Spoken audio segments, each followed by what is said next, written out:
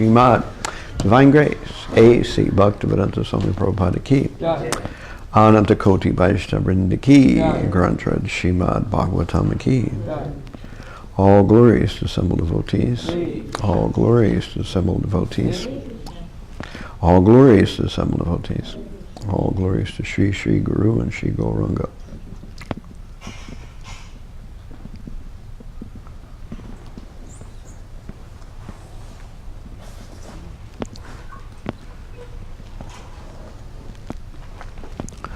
Om Namo Bhagavate Vasudevaya.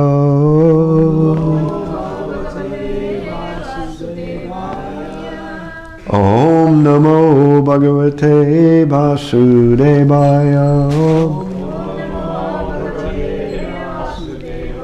Om Namo Bhagavate Vasudevaya.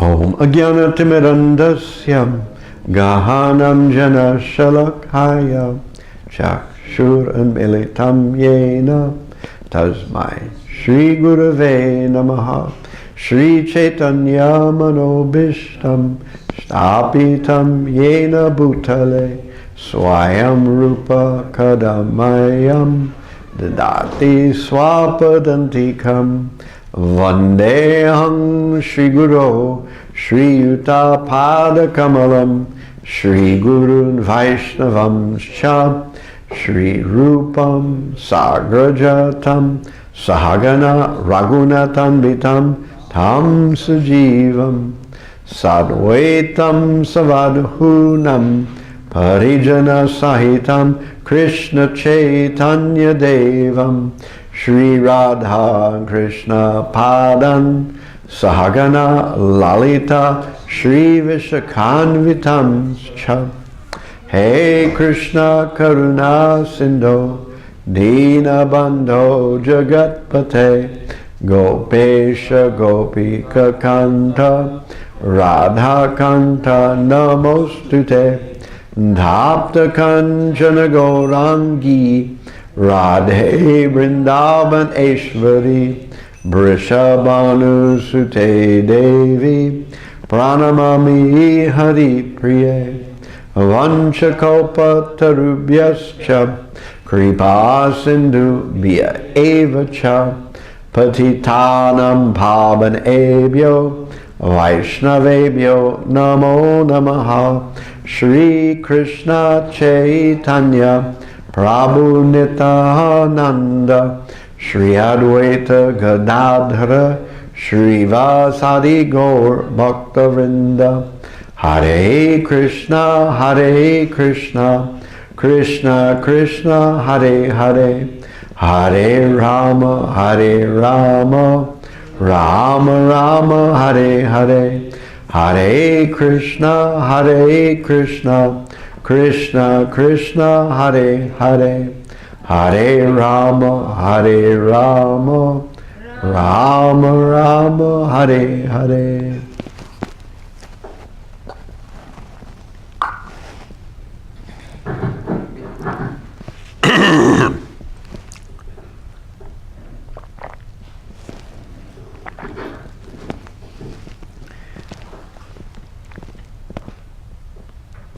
So, I'm going to be reading from Srimad Bhagavatam, Canto 3, Chapter 9, Verse 1.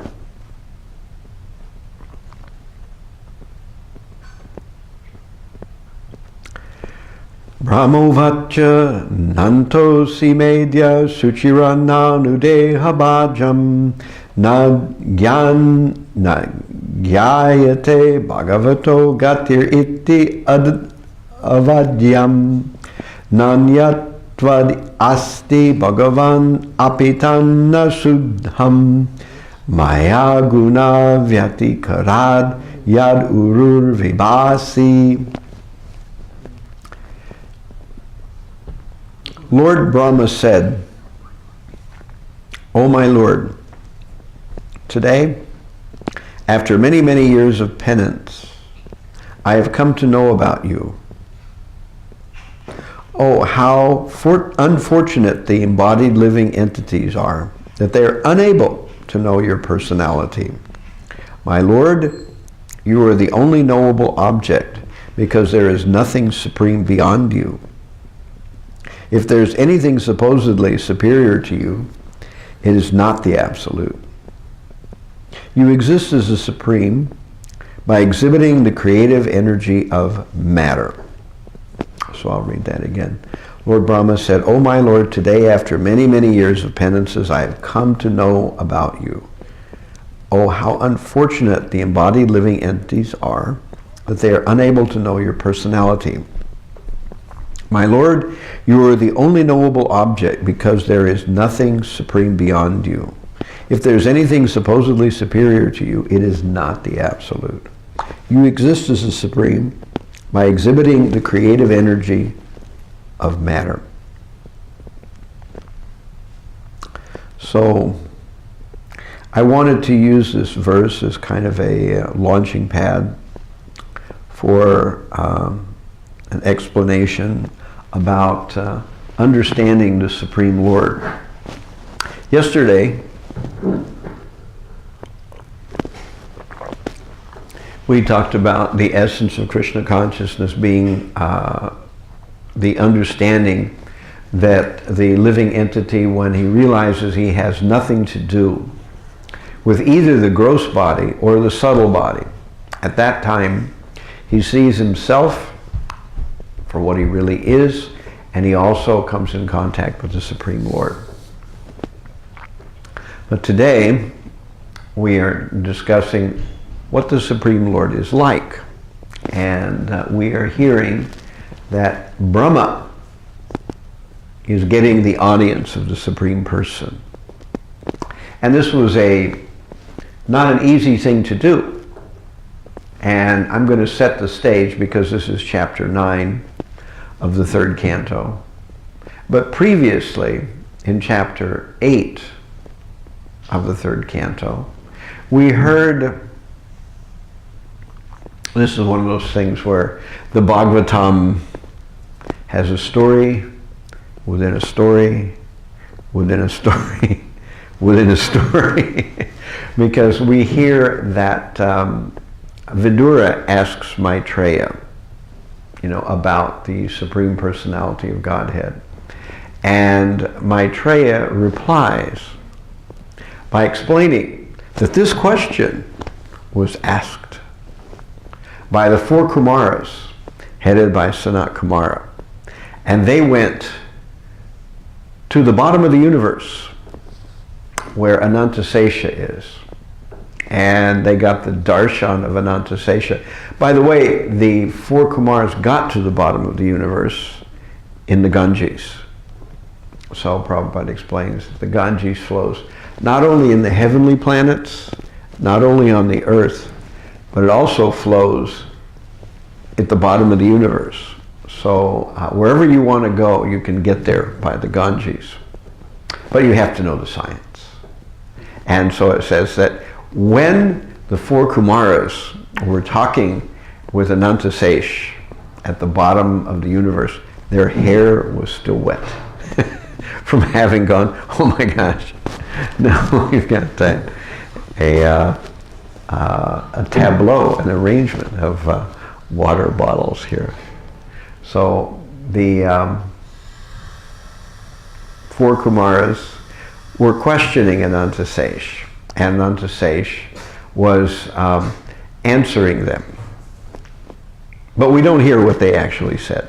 Instead, we hear that while this was happening, or rather later, Sanat Kumar was asked by Parashara Muni and someone named Sankyayana or Sankyanananda or something like that, I forget, another sage with a name that I've never heard before, about the same item.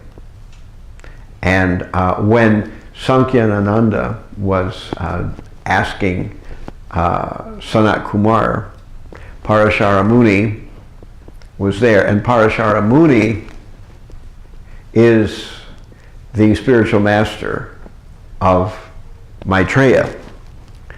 So then when Maitreya begins to speak, he talks about the Supreme Lord, Garbha Vishnu, describing how the universe starts. So here we have a story within a story within a story within a story. So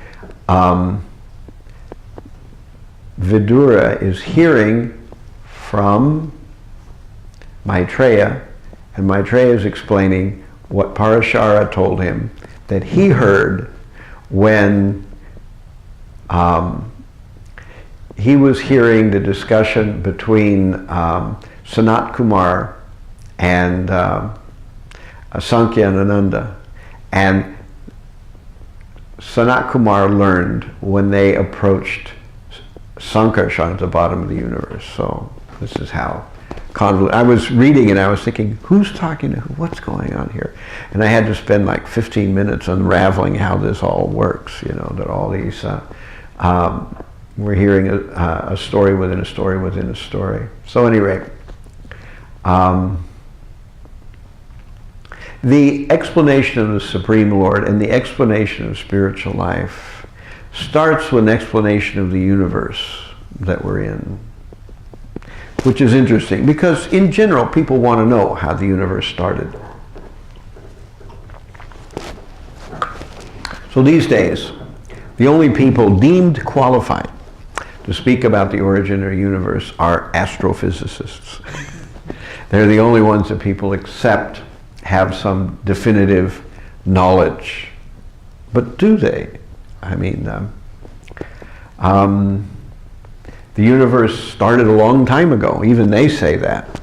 And I don't think the New York Times has any papers, clippings from back then, you know. So we don't know exactly how the universe starts. None of us saw it, at least in this body. And so whoever says something about the origin of the universe is speaking something that no one can easily verify. You know, we didn't have any witnesses that we can attest.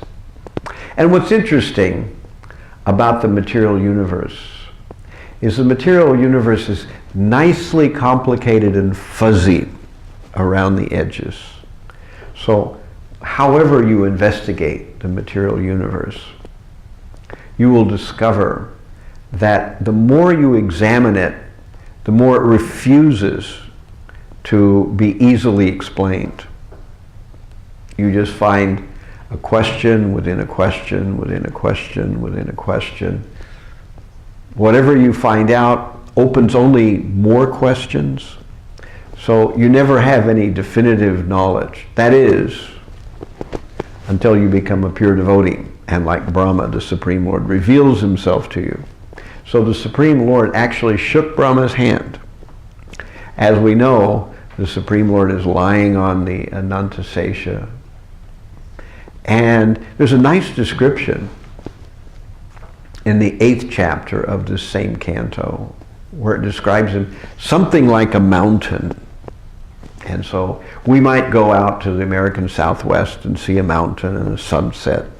Or we might go to the ocean of the Pacific, or the Atlantic for that matter.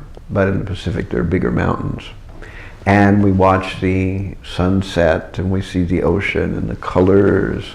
Said that the magnitude and the beauty of the Supreme Lord mocked these kinds of metaphors or comparisons. That the Lord was much more grandiose, much more beautiful, and had much more going on. So his garland was there. He had, beautiful clothes, and sometimes he was submerged in the waters of the Garbha Ocean, which is at the bottom of the universe. Just like sometimes a mountain is submerged by the waters. And in this way, he was amazing and beautiful to behold. And as he was there in his mystic slumber with half-closed eyes, the impetus for creation, he was meditating upon it, and suddenly from his lotus navel the energy sprang forward and a lotus bud grew, but very quickly, and it grew from his lotus navel, and then from that bud at the very top emanated a lotus flower, and on that lotus flower, of course, we have Lord Brahma being generated. And Lord Brahma is sitting on this lotus flower, wondering what he's looking at, because he doesn't see anything. He sees a lotus flower, but there's no universe. There's nothing up there. And of course we know that Lord Brahma, in his puzzlement, decides, well, there must be something in this lotus flower. So he descends down the stem of the lotus. Brahma climbs down the stem of the lotus, but he can't come to anything. He goes farther and it gets harder, and he can't come to the navel of the Supreme, which indicates that this is actually the way the universe is set up. On your own investigation, you cannot come to understand the nature of the universe. You can only understand the nature of the universe if you hear from the Supreme Lord or one of his authorized representatives. Otherwise, the universe nicely dances you around by giving you some information but not quite enough, by explaining something but not in enough detail, by giving us some verifiable facts, but at the same time those facts are ambivalent. They don't sell us without any question on one understanding. So those who would empirically try to understand the world around us will always be baffled. So science certainly has the ability to investigate some nook, some cranny of the world we live in. And doing so, they can exploit the information that they discover for some nice dinky or some nice material gadget, and thereby make some industrialist a fortune. So by exploiting some detail of the material universe in investigation, it's very simple. Well, of course, it's not so simple to find out these things, and it's not so simple to R&D them, to bring them to a saleable, merchantable product.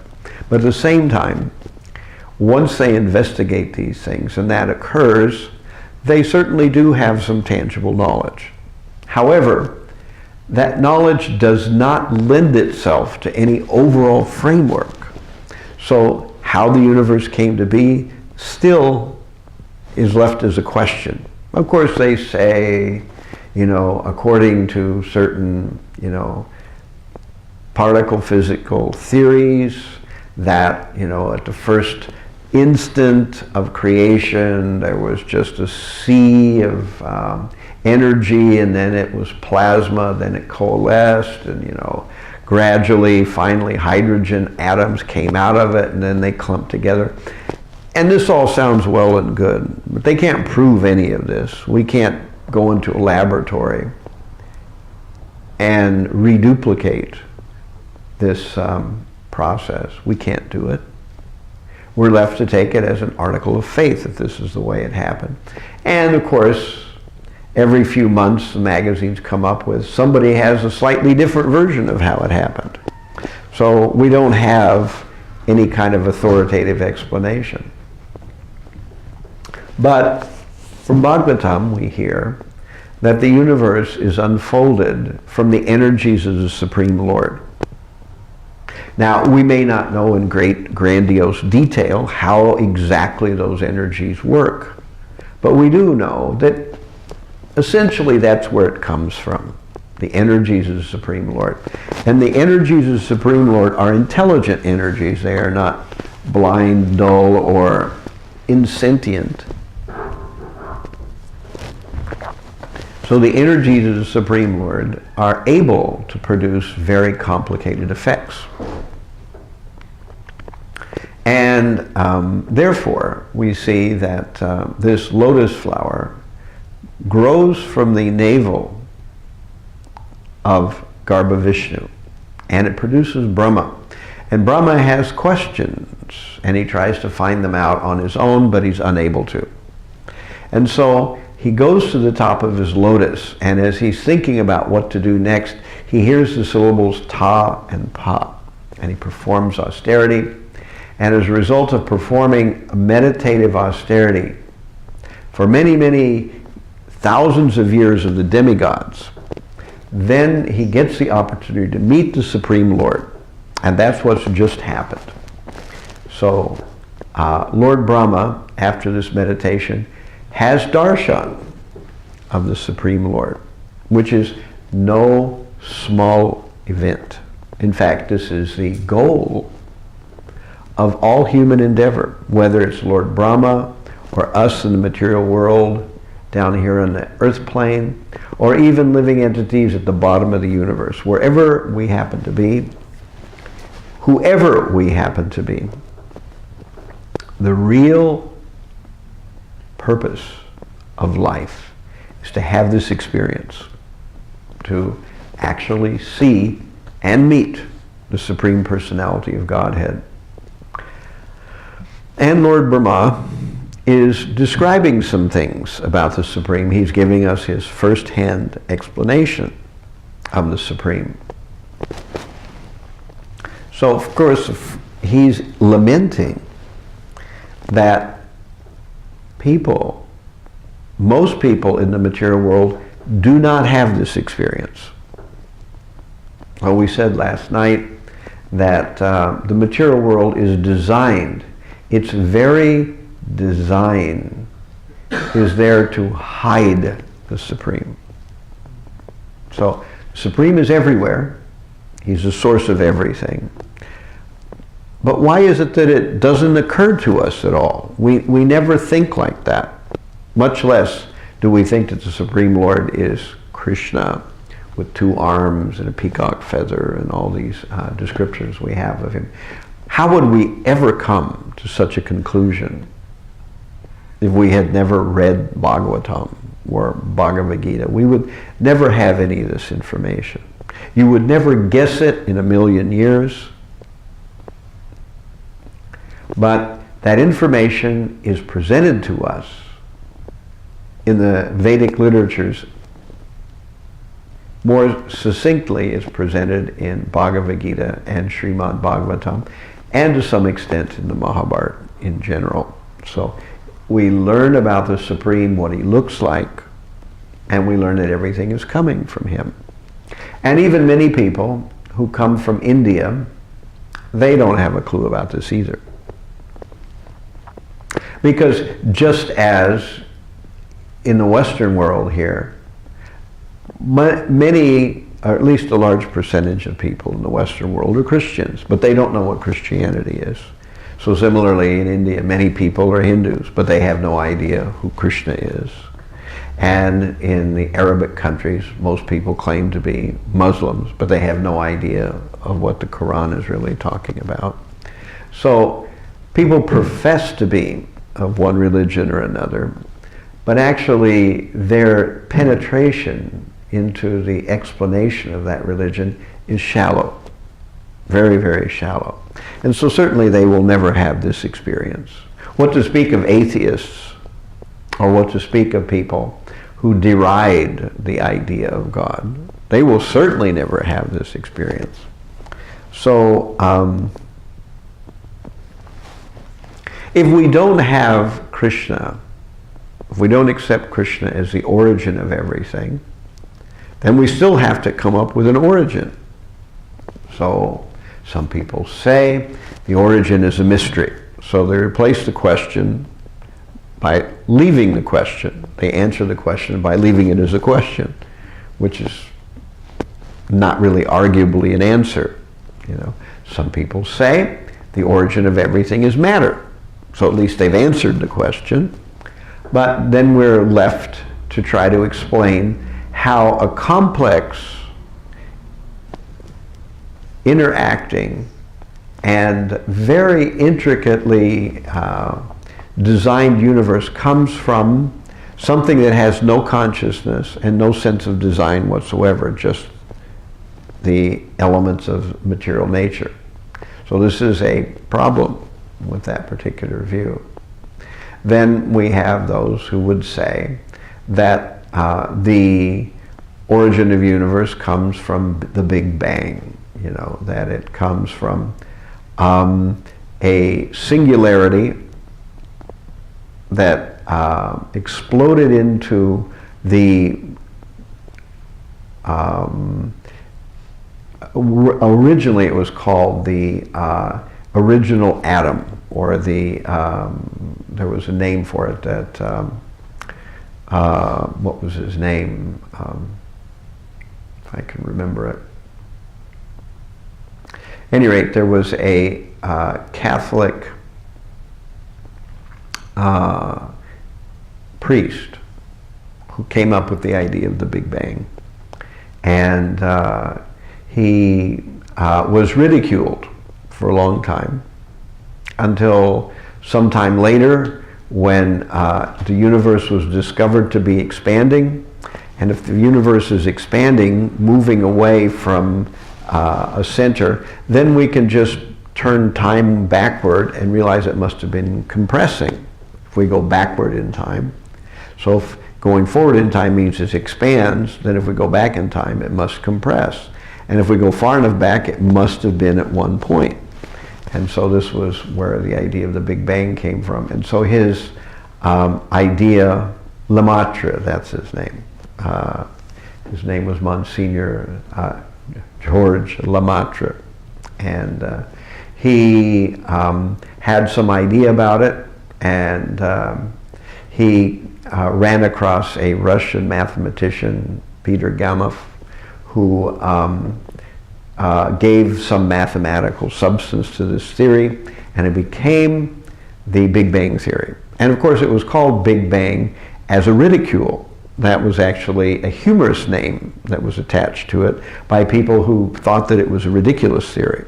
And of course now we still call it the Big Bang, but we no longer think it's ridiculous. In fact, all those scientists before that had a different opinion finally died out or gave up on their understanding. So this idea that the universe came from one point is a way that many people explain our universe. But then of course we have to ask the question, what happened before the Big Bang? Where did the singularity come from, the original atom? Where did it come from? And then we have another series of questions. So this is the way the universe works. There's no clear-cut answer to anything. Until you become a devotee, until you perform tapasya like Brahma did, and you meet the Supreme Lord face to face, and at that point there are no more questions. But the scientists, the Christians, the atheists, all have a different explanation. And for that matter, so do we. And they can't prove theirs, we can't prove ours. But if one continues in devotional service, eventually one meets the Supreme Lord, and then all those questions are laid aside, because then we have no more fog. Then we at least know the Supreme Lord, and we have no doubt about these explanations. But until that time, we just have these various competing theories. So that's why, for most people, as Brahma laments here, the nature of the Supreme and the true nature and origin of the universe is mysterious. It's like a fog. It's like a mystery. So in the next verse, Brahma says, "The form which I see is eternally freed from material contamination, and is invented to show mercy to the devotees as a manifestation of the internal potency. This incarnation is the origin of many other incarnations, and I am born from the lotus flower grown from your navel home. So Brahma is now explaining his understanding, which is usually the way we see in Bhagavatam, that someone who meets the Supreme Lord, he interacts with the Supreme Lord by offering some prayers. And these prayers aren't, gee, I wish that we had a few more dollars in the bank, or Timmy's really sick, can you make him better? Or will Julie pass her college examinations? These aren't the kind of prayers that we see in Srimad Bhagavatam. Instead, we hear these prayers that are philosophical, and the devotee offering the prayers is describing the Supreme. So we hear this explanation of what the Supreme actually is. And it shows that whoever's offering the prayers has some philosophical substance to their understanding of the Supreme. So Brahma understands now that this mysterious lotus, of course, later on, it describes that when Brahma did his meditation, he performed tapa, which also tells us that we will never learn anything about this universe or ourselves or about God. We will never learn anything about any of these things without austerity. So it's impossible to have any understanding of the Supreme if one simply wants to enjoy the world. So as long as you're in the mood of wanting to enjoy the world, whatever you know, whatever you have a theory about, will be something very, very low, very superficial, and it'll be wrong in many ways. It's only when a person gives up this desire to focus primarily on what makes us happy materially. It's only when a person gives that up and performs some austerity that one will begin to know something about the universe. And mostly when people begin to know something about the universe, they go only so far as to learn something about the impersonal feature of the Supreme, and no further. So they never actually get to the stage of meeting the Supreme personally, because they're satisfied with understanding that the Supreme Lord is some kind of energy that pervades everything, and we are also a part of that energy that pervades everything, and therefore we are God. This is a false, chain of logic that leads to that conclusion. So there's nothing beyond the Supreme. People will say, well, you say God is the origin of everything. Well, what's the origin of God? The answer to that question is, well, if I say X is the origin of God, then you can ask me, what's the origin of X? And then I have to say, well, Y is the origin of X. And so where does it stop? We just say it stops at God. Well, the other person say, well, okay, if you're going to say it stops at God, we can say it stops at the material energy, at material matter. That's where it stops. But then I have to say, well, if you say it stops at matter, then you have to explain how something unconscious and with no inherent internal structure creates something that is conscious and has an internal structure. So in any case, we see that if we say that the universe's origin is whatever we say it is, X, Y, or Z, then we have to give some reasons why we say that. And we have to give some reasons why that origin explains the world that we live in. It doesn't just, isn't just a flat statement. So, verse 3, O my Lord, I do not see a form superior to your present form of eternal bliss and knowledge. Your impersonal Brahman effulgence in the spiritual sky, in your impersonal Brahman effulgence in the spiritual sky, there is no occasional change and no deterioration of internal potency. I surrender unto you because whereas I am proud of my material body and senses, your lordship is the cause of cosmic manifestation, and yet you are untouched by matter. So the living entities come into the material world, and when they come into the material world, they are bamboozled, shackled, and confused by the material world. But when the Supreme Lord comes here, he's not bamboozled, shackled, and confused by the material world. When he comes, it is like a government dignitary visiting a jail. He's also within the jail, like the prisoners are in the jail, but he's not subjected to the rules that the prisoners are subjected to, and he can leave anytime he wants, whereas the prisoners cannot. This present form, or any transcendental form expanded by the Supreme Personality of Godhead, Sri Krishna, is equally auspicious for all the universes. Since you have manifested this eternal personal form upon whom your devotees meditate, I therefore offer my respectful obeisances unto you. Those who are destined to be dispatched to the path of hell neglect your personal form because of speculating on material topics. So there are two paths. One is that you accept Krishna and you try to perform devotional service. You do your tapa like Brahma did. Or alternatively, you reject Krishna and you try to enjoy the material energy. And to do that, you have to come up with some speculative explanation for the material world, for why you're doing what you're doing, and what the goal of life is. So you can choose whichever one you want.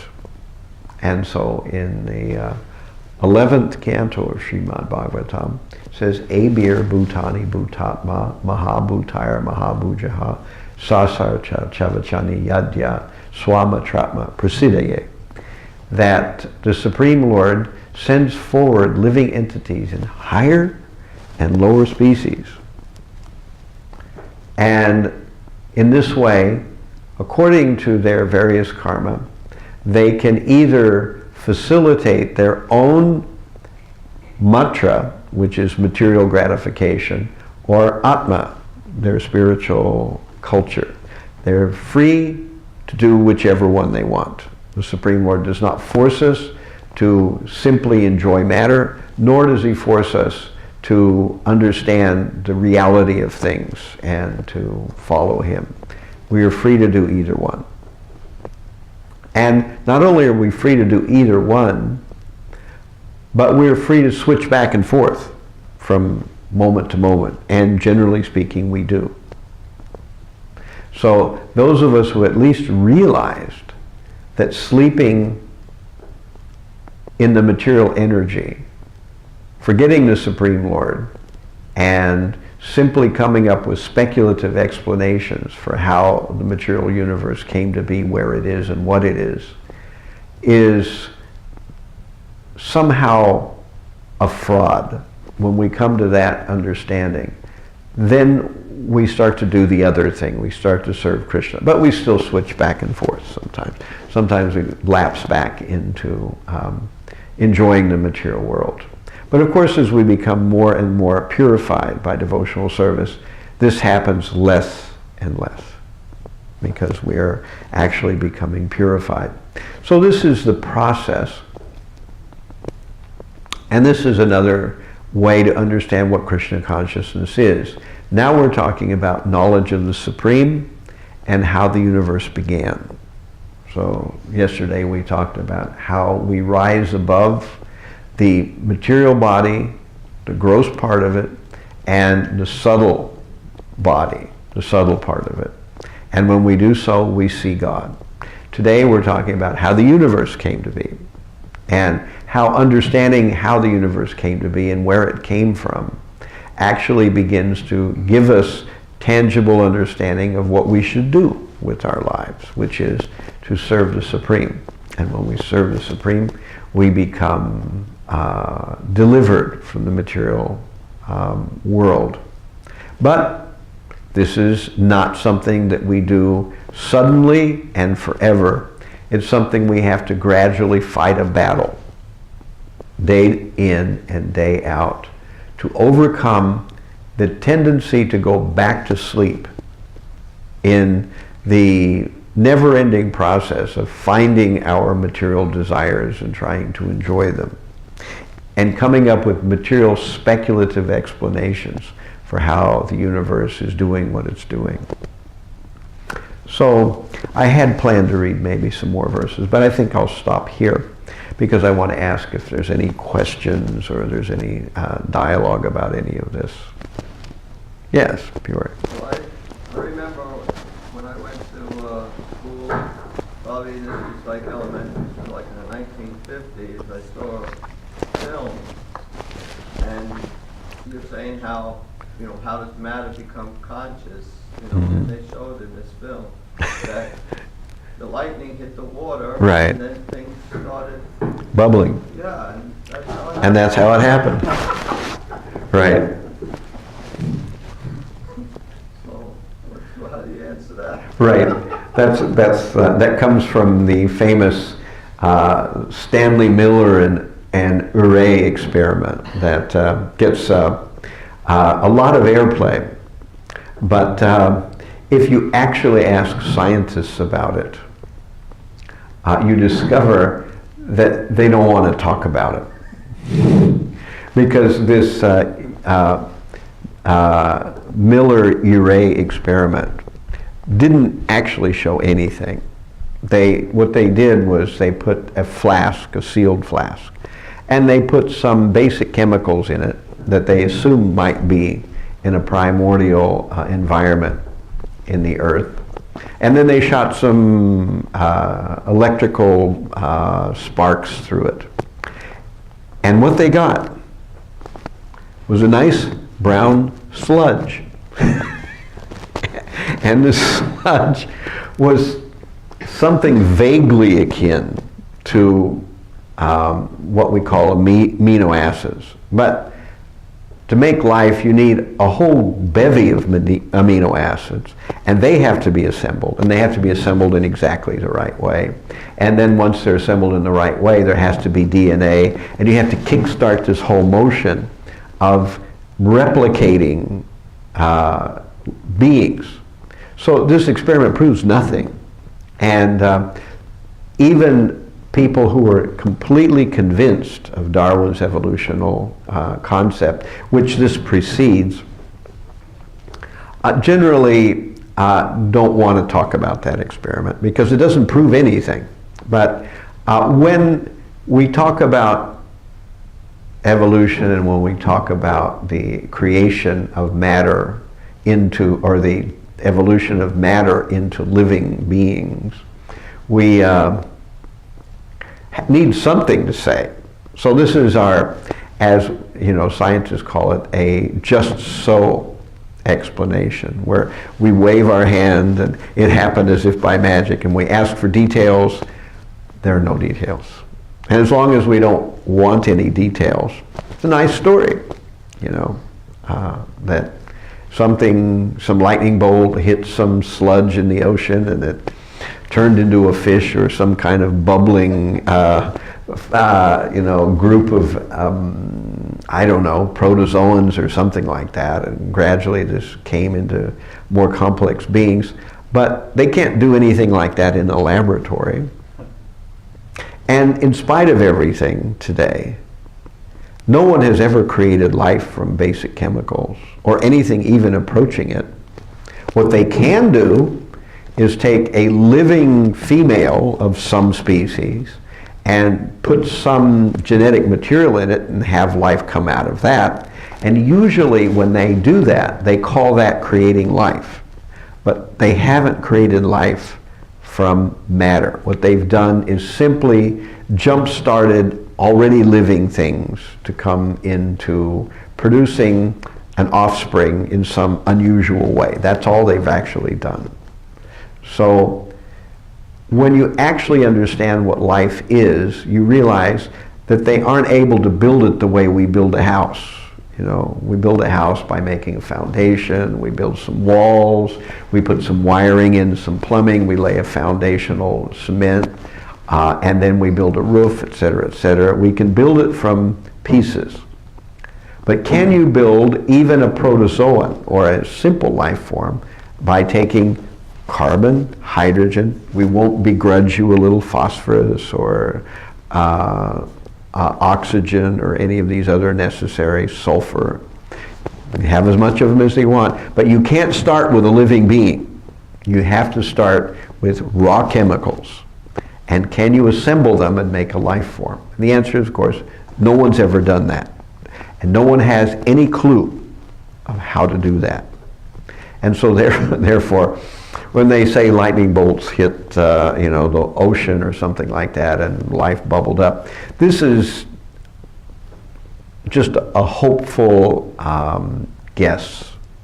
And they don't have any fleshed out details for that scenario, nor can they do anything that resembles it to prove that what they're saying has some air of plausibility.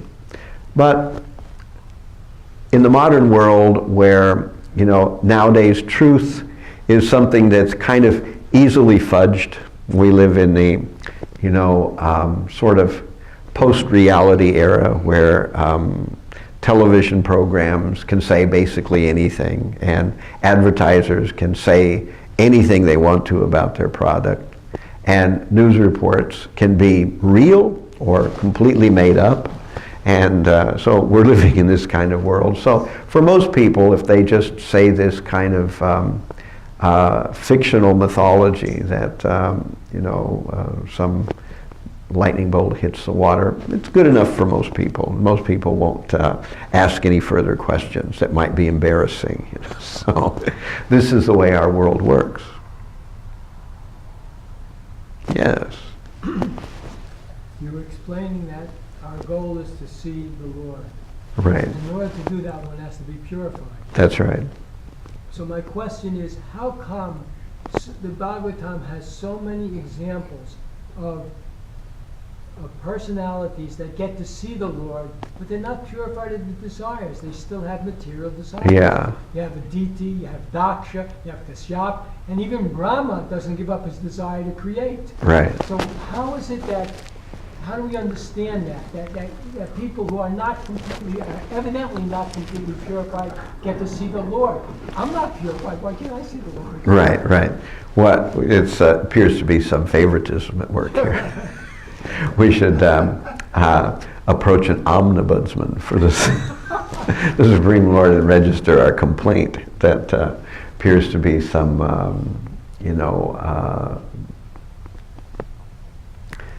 kind of favoritism. So, of course, what it's describing here is seeing the Lord consistently. That when one is fully purified, then one will see the Lord not once. Like, of course, when he appeared to Dhruva, who was also not completely purified, he said, I regret you won't be able to see me again, Narada. What's that? Narada. His Narada told him that he won't see him again. Dhruva is a good example because he had a material desire, but when he saw the Lord, his material desire went away. Right. So we have two contradictory situations. Right. So yes, when he appeared to Narada, and he makes this statement that we get to see the Supreme Lord, which is something like what we usually talk about when we talk about the holy name. We talk about the Namaparad stage, we talk about the Namabhas stage, and we talk about the Shuddhanam stage. So in literatures of our sampradaya, we hear that before we get the rising sun of the holy name, we have that twilight that happens when the sun is rising. So that twilight is called the abhasya stage, or nearness. And so in these cases, the Supreme Lord does not immediately deliver the devotee. He does not, or he or she doesn't go back home, back to Godhead, but he does appear to them. And then later, it's up to them to perfect themselves to be able to have that experience consistently. And so this is the goal of all of our incarcerations here in the material world. If somehow or another, by the practice of devotional service, we can come to the mature stage, which has 9 levels. If we can come to that mature stage, then we can go and see the Lord eternally in the spiritual world. Where even there we won't see Him eternally. There'll be the Sambhog and the Vipralambha aspect. But at least there in the spiritual world, the Supreme Lord is constantly the focus, whether in His direct presence or in His indirect presence, you know. But here in the material world, mostly He's not the goal of anybody's thinking. However, if He likes, He can, give darshan even to people who are inimical, like He did to Duryodhana. You know, of course, Duryodhana, as we hear, that a person who has no austerity, who is not actually performing any purification, even if he sees the Supreme Lord, he will think of Him in a mundane fashion, which is how Duryodhana thought of Him. So he made even the most drastic appearance to Duryodhana with the universal form that Duryodhana saw. And Duryodhana's response was that this is some yoga. Meaning it was some kind of trick. He had some mystic ability where he could appear as if he was manifesting universes. But Duryodhana knew better. He knew that this was just a trick of some sort. So this is the nature of things. That the Supreme Lord, generally, as we hear in Bhagavad Gita, He reserves the right not to be exposed to those who have no sincere desire to connect with Him. But when He comes to the material plane, He can at least be visible to people who hate Him, visible to people who have no relationship with Him, and visible to people who are not very far advanced in the process of spiritual cultivation. Although, until we become very advanced, that relationship with the Supreme Lord, that darshan, will not be substantial and ongoing. It will be intermittent and possibly a one-time thing. Or in the case of those who are inimical, it will be basically misunderstood as something material.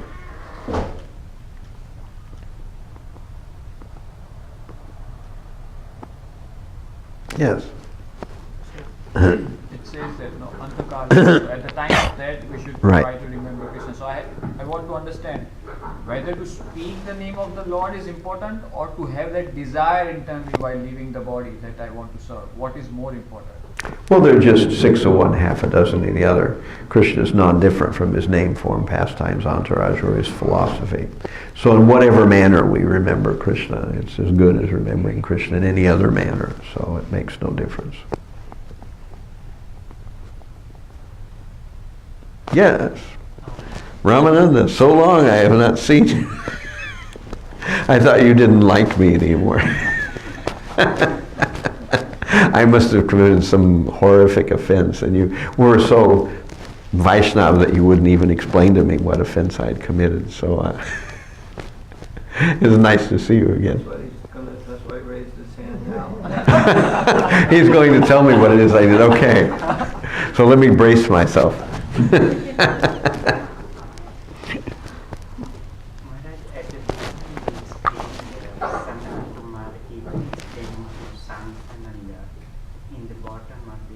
Yeah, bottom of the universe.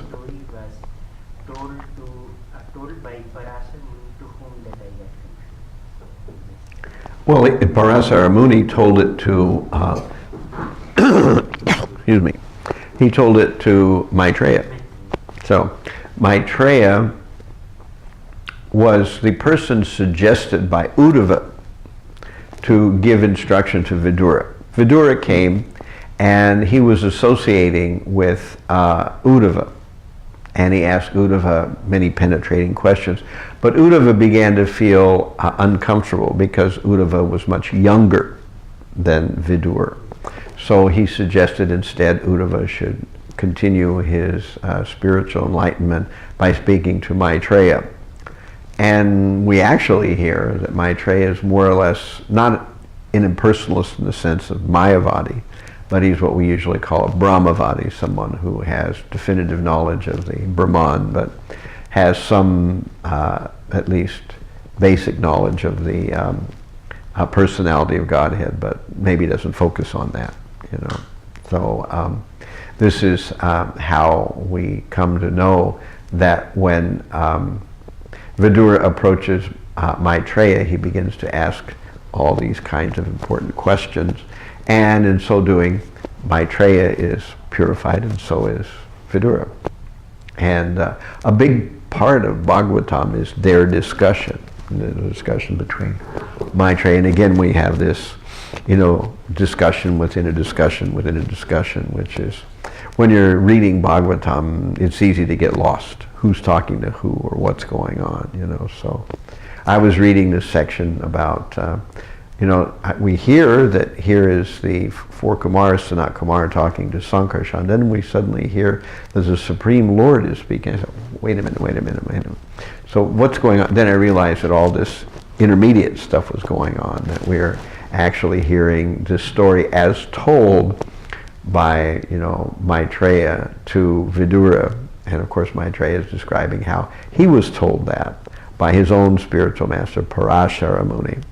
And Parashara Muni heard it when it was told by Sanat Kumar to this Sankyayananda or something like that. It was I don't remember what the name of that devotee was. But that's there in the 8th chapter.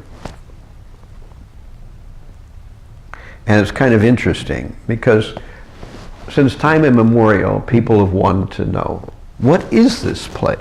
You know, the material world, certainly we walk around in it, and sometimes, you know, someone gives us a sweet ball and we smile for a little while, and things appear to go the way we want. But we see there's so many strange things going on that we suffer, we see other people suffer, and people are born and they're, you know, like little kids.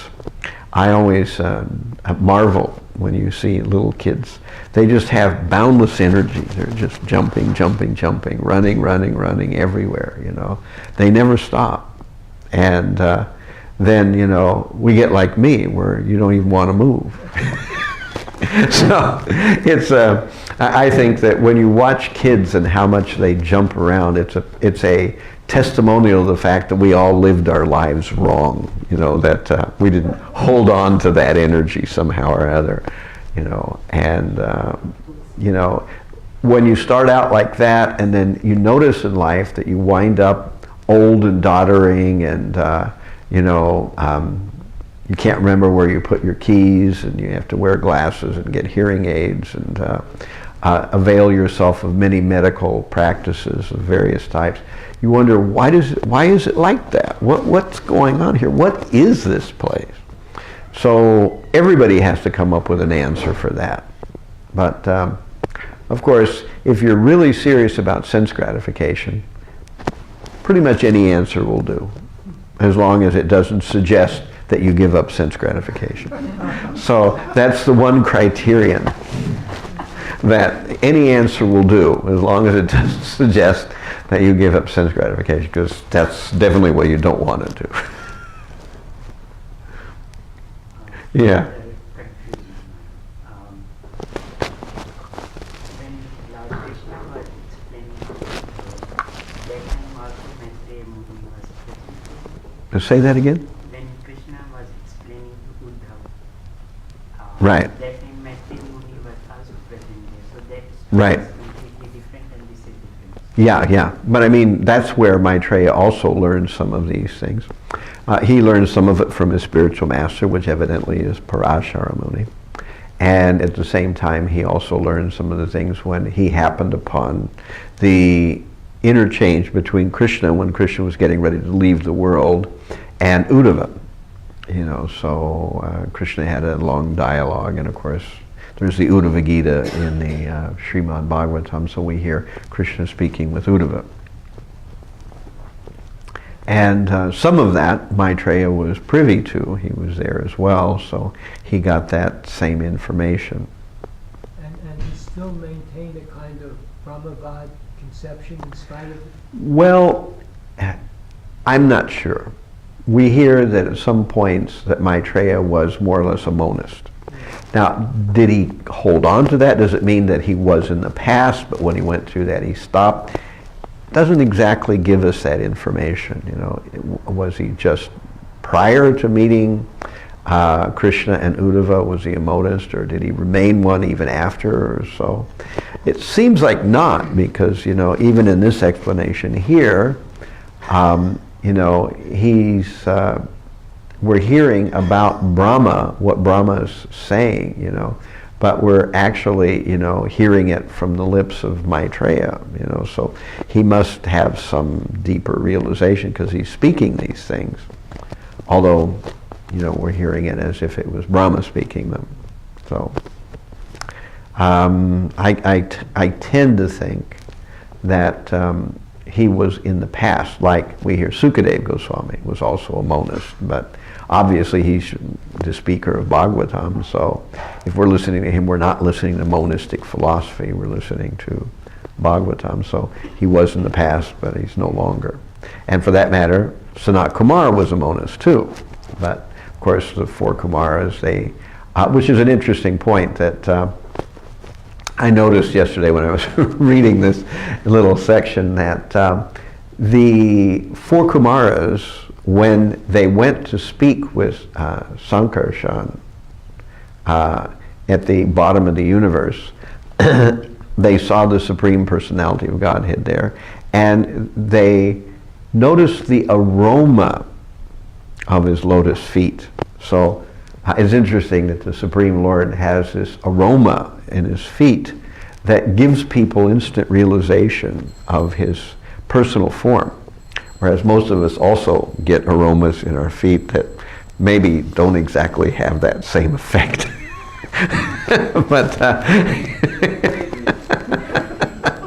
But at least they keep you awake sometimes. If you're having a home program and you ask the people who are new to take their shoes off, it keeps you awake a little bit, but maybe it doesn't give you the same kind of interesting realization that the Supreme Lord's feet do. A technical question about the Big Bang Theory. Yeah. I've recently heard that the scientists are saying now that the speed at which everything is moving is increasing. Yeah. So but that doesn't make sense. If there was a bang and it starts to move, it should be slowing down after some time. So how do they balance these two concepts, that there was a bang but somehow it keeps yeah. moving? And there's an answer to that, and that's the magic of dark energy. The thing that they talk about, they know absolutely nothing about. So if you don't know something, you can always make up a term. And then you can ascribe whatever properties you want to it, and you sound like you know what you're talking about. And my favorite example, of course, is on the weather. When you hear on the weather report, there's 50% chance of rain. I like that. It sounds very scientific. But it essentially is the same as saying, we don't know, and we're not even going to guess. But that doesn't sound scientific. But when you say 50% chance of rain, it has a solid sound to it. You think, this is science. But when somebody says, we don't know and we're not even going to guess, it sounds like, what kind of answer is that? But the two things are logically completely equivalent, So in the same way, if you say we have this thing we call dark energy, and no one knows what it is exactly, how it works, but they do know that it's what's driving everything apart, because there should be some kind of attractive energy that we're well aware of called gravity that should pull things together. But for some reason, instead of coming together, we see that at least the You know, experiments that they've done show that it's going the other way. So we have to come up with some explanation for that. So we call it dark energy. And they say that's 98% of the, some huge percentage. Yeah, 96% of the universe is a composite of dark energy and dark matter, both of which we don't know anything about. So when we say we've got Mahavishnu, or rather Garbhavishnu in the bottom of the universe, lying on an ocean with his serpent bed, and we can't see him, so which you know, invisible group of things do you want to place your faith in? You know, you got to place your faith in some group of invisible things. So 96% of the universe is dark energy, dark matter, or we've got Mahavishnu. So it's quite plain that the universe that we live in, the universe we see, is based on a substructure that's neither visible nor easily accessible. And so this is something that scientists have to accept and something that we also have to accept. And it's common, even for regular people, that there are many things that we understand or have our place our faith in that can not be immediately evaluated or verified. And so we have to go on. So everyone has to accept some kind of substrate to place their faith in. And what I think is interesting, the scientists believe in the laws, and we believe in the lawmaker. So we believe the lawmaker can change the laws. They believe there's only laws, and they can't be changed, and there's no lawmaker. But essentially that's, if you compare the two views, that's what you're really doing. That they have the laws, and for them those laws are absolute and inviolable. Even though there's some evidence that they aren't absolute, and there's some evidence that they're shifting even a little bit. But we just say that we have a lawmaker, and if the lawmaker makes the energies, then he can also change them. And that's the explanation for how this whole complex world got here, from some apparently more primordial or less complicated way. The Krishna's energies can do anything. And so the spiritual world works on the principle of magic. Everything in the spiritual world can happen any kind of way it needs to.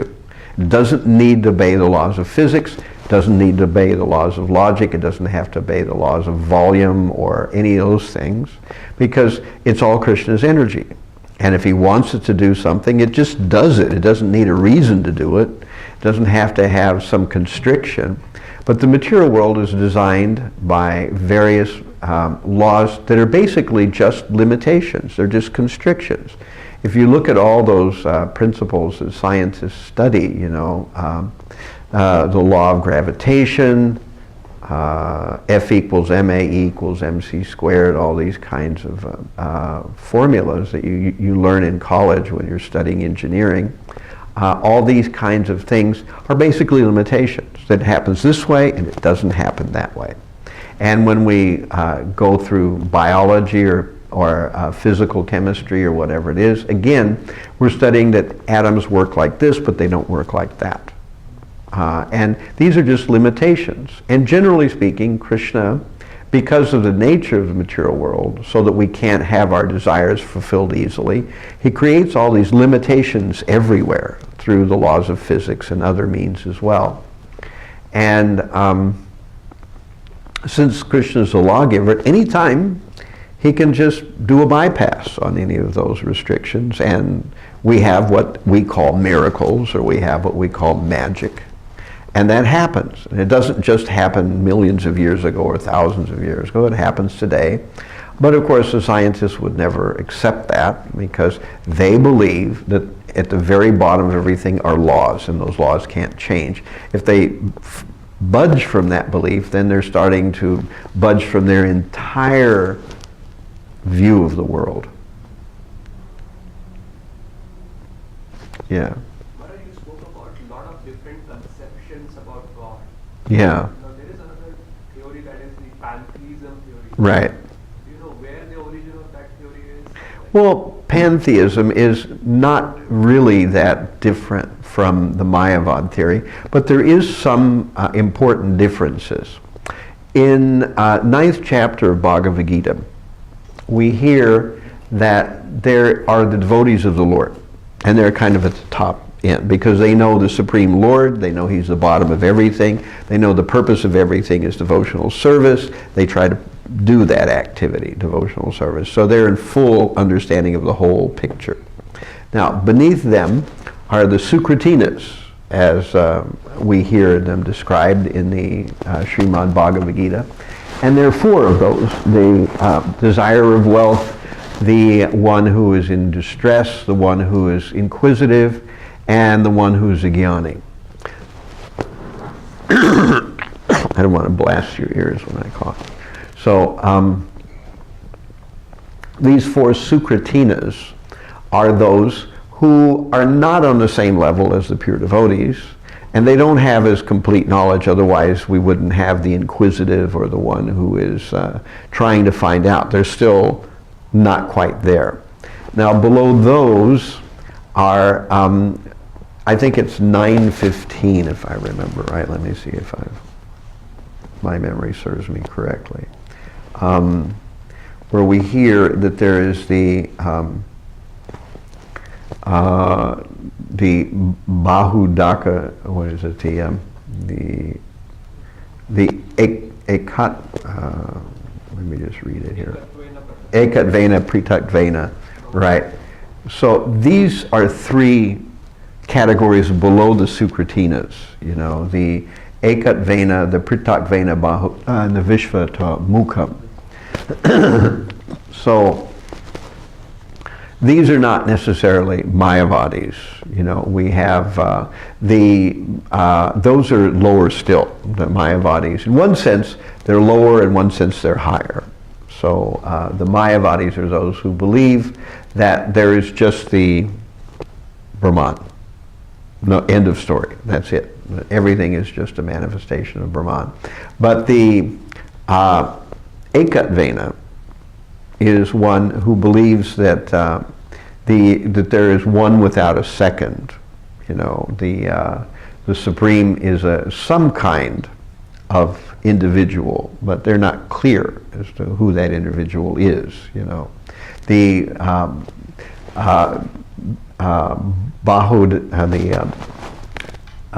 Pritak Vena Bahuda. They're the ones who believe in many gods, the demigods, and they believe they're all equal. And then Krishna says finally the Vishvatamukam, the universal form.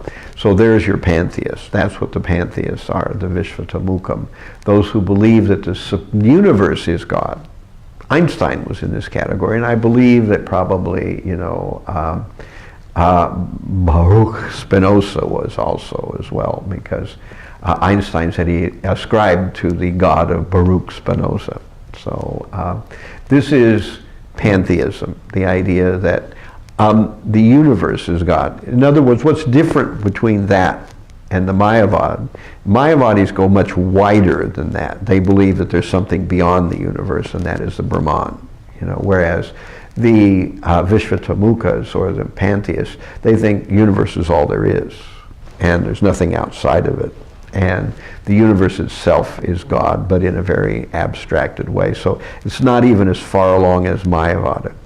But generally, the one boon for the Vishvatamukas is they don't identify with the universe. They don't think that they are that God, you know. They just think that they're a part of it some kind of way. Whereas the Mayavadis do identify with that, you know, universal whatever it is, you know.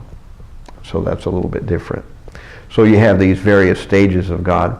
And actually, depending on your understanding of God, is to what degree you have risen in the spiritual stratum or the spiritual spectrum, you know. So people at the very top are those who understand God as a person, who understand that devotional service is the goal of life. Then you have, you know, people who think God may be a person, and they want something from Him. Then you have those people who think God is impersonal. Then you have those who think that either there is one without a second, or that he is, kind of, a mistaken understanding of God, but understanding that he's a person, but a mistaken understanding of it.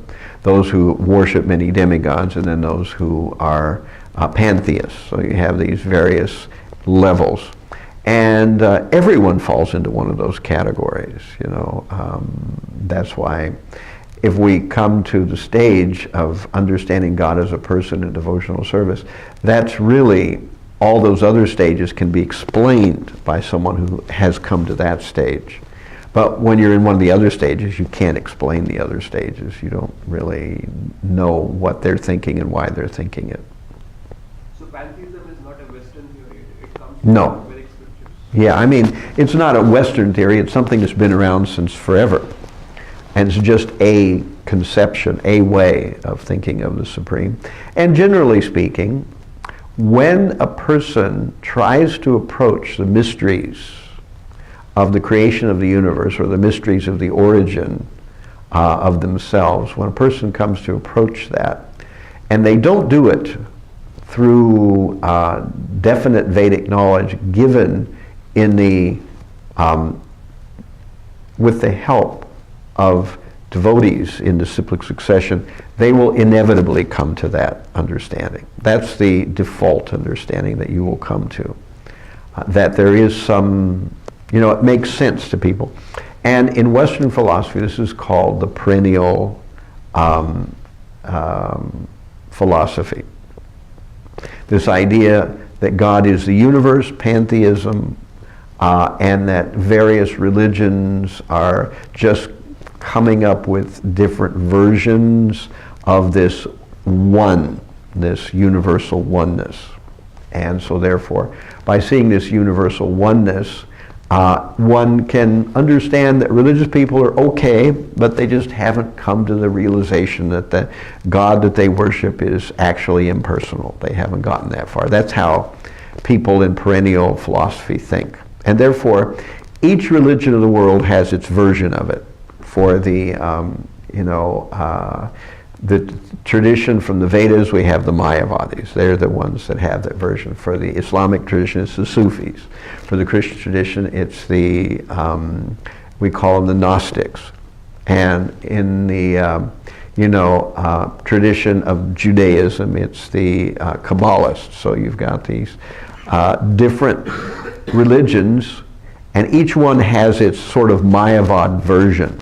And when the Mayavads come together, they see that essentially there's no difference in their philosophy. It's just that one likes to speak in Hebrew, and one likes to speak in Sanskrit, and one might speak in Arabic, and another might use, one of the ancient Christian languages to house or to dress up their philosophy. But essentially they're speaking the same thing.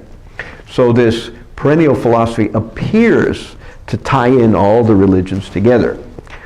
But it actually doesn't in the long run, because it gives no explanation for why we are individuals or what the individual must do in the long run.